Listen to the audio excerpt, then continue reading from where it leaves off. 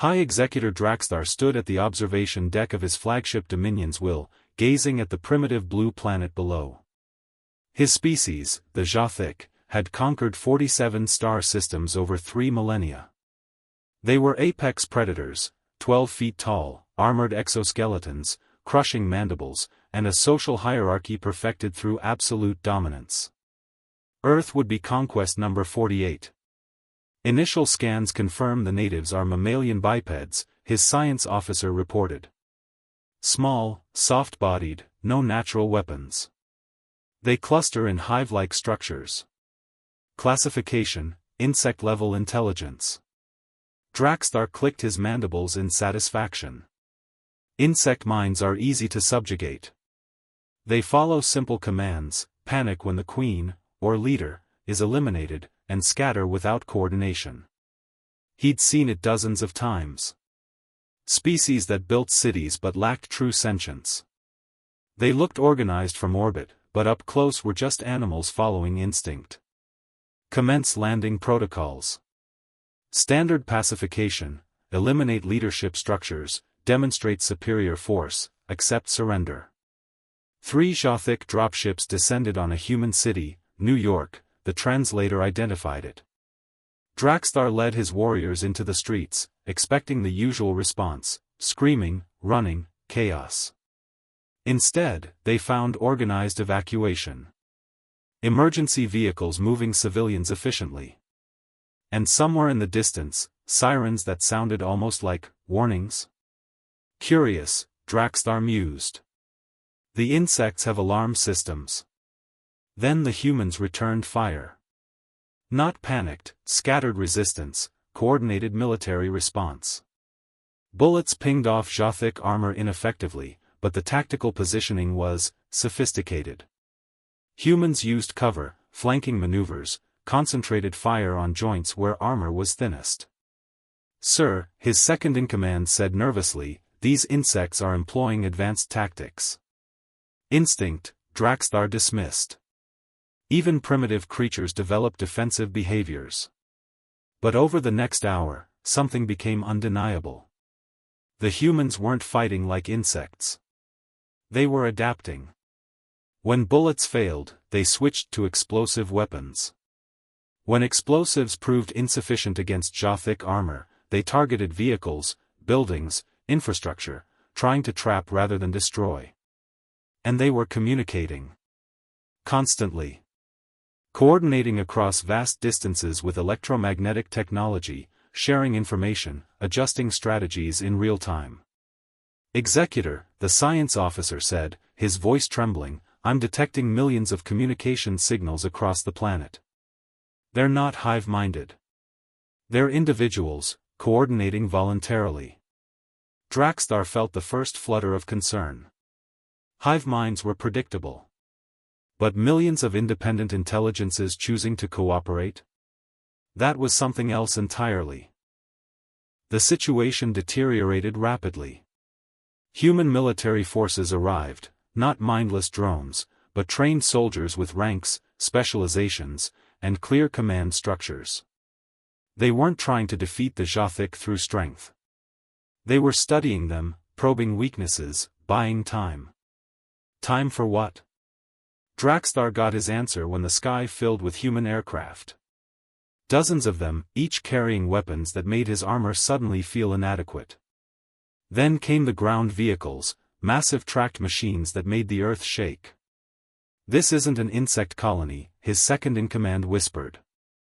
This is an organized military force. But the true horror came when Draxthar accessed the human communication networks.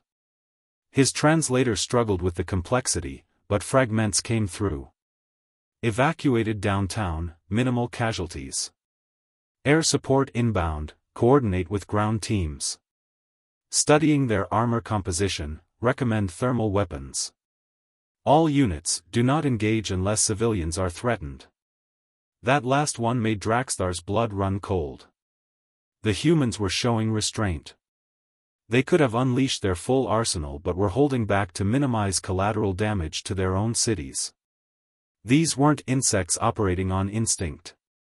These were thinking beings making tactical and ethical decisions simultaneously. Executor, multiple radar contacts. They're launching. The missiles came from 3 directions. Precision strikes that avoided human population centers but bracketed the Jothic landing zones. Not enough to destroy his ships, but enough to make a point: we can destroy you whenever we choose. Draxthar's communicator crackled. A human voice, translated, Jothic Commander, this is General Sarah Foster of the United Earth Defense Force. You have 60 seconds to withdraw your troops and leave our atmosphere, or we will demonstrate why invading Earth is a mistake species don't make twice. You dare threaten us? Draxthar snarled. We have conquered 47 worlds. Congratulations, the human replied dryly. Those 47 worlds probably didn't have 7,000 years of constant warfare experience. They probably didn't have 8 billion independent minds that can cooperate when threatened. And they definitely didn't have nuclear weapons. 50 seconds. Draxthar pulled up tactical displays. Human military installations were lighting up across the planet. Hundreds of launch sites. Thousands of weapons. All targeted at his 3 small landing parties. This is impossible, he whispered. Insect-level intelligences don't develop. We're not insects, you arrogant arthropod, General Foster interrupted. We're humans.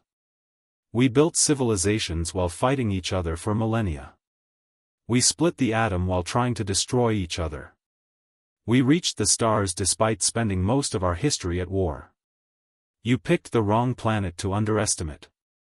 30 seconds. Draxthar's tactical officer provided casualty projections if the humans launched even a fraction of their arsenal. The numbers were catastrophic. But, your cities, Draxthar said desperately. You'll destroy them. We've rebuilt from worse. Have you? A pause. 20 seconds. Draxthar had 2 choices: retreat in humiliation, or die on a planet he'd foolishly underestimated. Pride demanded he stay. Survival instinct, the same instinct that had kept the Jothic alive for millennia, demanded he run. All units, return to ships. Emergency departure. As the Jothic fleet limped back into orbit, licking its wounds and its pride, Draxthar updated the Galactic Conquest database with a new entry. Earth, inhabited by humans. Classification, not insects. Not hive-minded. Not primitive. Recommend complete avoidance. Species demonstrates individual intelligence, voluntary cooperation, advanced weapons technology, willingness to sacrifice own territory for tactical advantage, and 7,000 years of continuous warfare experience. Assessment: humans are not a colony to be dominated.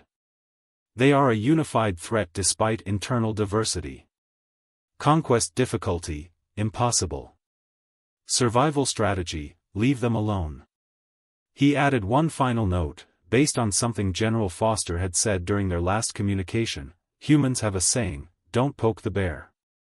After today, the Jothic have a new saying, don't invade Earth. Far below, on the planet's surface, General Foster watched the alien ships retreat. She turned to her staff. Get me damage reports and casualty numbers. And someone find out what the hell a Jothic is, because we need to know if they're coming back. You don't think they will, ma'am? Foster smiled grimly. Would you invade a planet where the natives are willing to nuke themselves to prove a point? We're not insects. We're apex predators who learn to cooperate. That makes us the most dangerous species in the galaxy. She was right. Word of Earth spread quickly through galactic channels. The humans weren't insects. They were something far more terrifying, billions of independent predators who'd somehow convinced themselves to work together. And that, every species agreed, was a combination best left undisturbed.